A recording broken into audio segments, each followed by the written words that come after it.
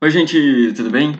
Aqui é o professor Rossoni e vamos fazer uma das questões mais lindas que eu já vi na UX, que diz mais ou menos o seguinte: ao contrário dos minérios de ferro, que são principalmente óxidos, a maioria dos minérios de cobre consiste em sulfetos. Os minérios de cobre incluem a calcocita, que é o sulfeto de cobre 1, e a covelita, que é o sulfeto de cobre 2.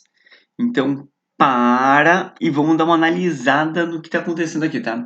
Geralmente os minérios de ferro, eles são realmente óxidos, tá? Eu vou te dar como, por exemplo, essa criatura aqui, que é o ferro 2O3, que é o óxido de ferro 3, tanto que a gente chama de óxido férrico. Essa criatura aqui é chamada de hematita. Hematita. E é um minério de ferro bem conhecidinho, tá? Mas você já deve ter escutado falar em hematita. E existe o óxido de ferro, que é o ferro 3O4. Na verdade, quer que é um ferro duplo, tá? Que é a união do ferro, óxido de ferro 2 com óxido de ferro 3. Mas ele tem um nome comum, que é chamado de magnetita. Então, esses óxidos realmente, né, são os minérios de ferro, então aqui beleza. Agora vem a questão falando sobre o sulfeto de cobre. Quem que é o sulfeto, né, cara? O sulfeto é o enxofre menos 2, é o ânion sulfeto. Gente, não dá para confundir, né, com sulfato. O sulfato é SO4 menos 2.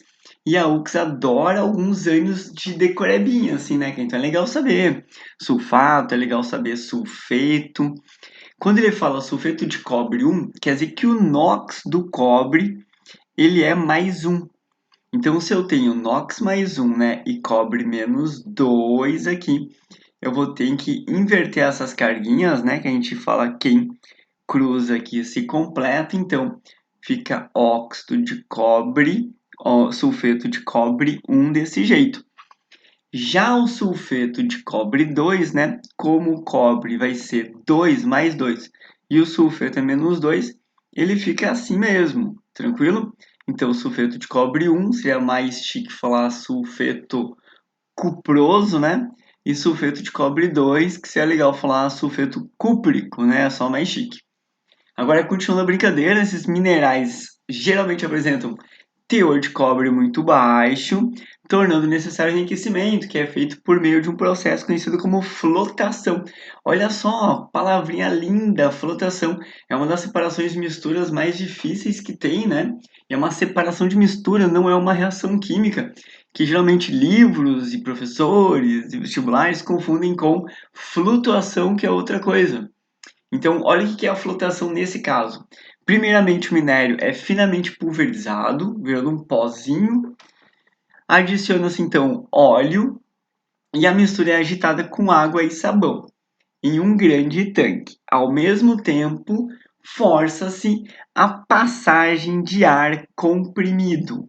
Quando você passar ar comprimido nessa mistura com água, as bolhas de ar elas são menos densas que a água, então a tendência da bolha vai ser subir. E no momento que a bolha sobe, ela acaba levando esses minérios de cobre, tá, que são finamente divididos, né, transformados em pó, pulverizados.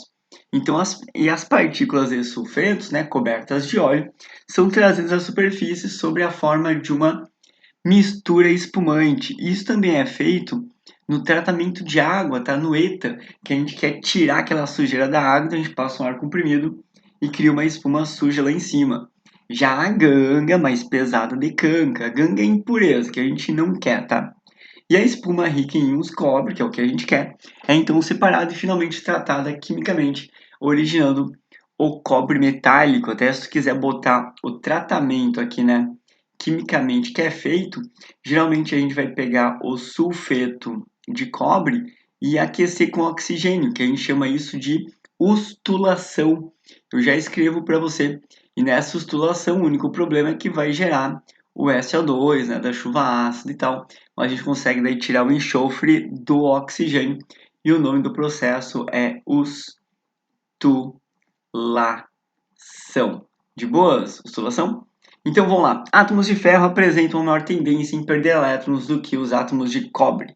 Sim, gente, isso é verdade.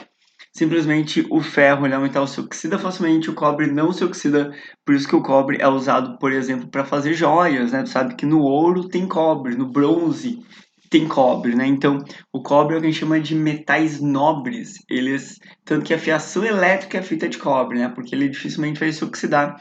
Então, se ele oxida, né? Dificilmente ele não perde elétrons, né? Então, realmente o ferro perde mais elétrons, né? Isso de perder elétrons tem a ver com oxidação, né? Perde elétrons, oxida, aumenta o NOx. Então, perde elétrons, oxida, aumenta o NOx. O ferro realmente perde mais elétrons, porque ele se oxida mais facilmente. Tranquilo?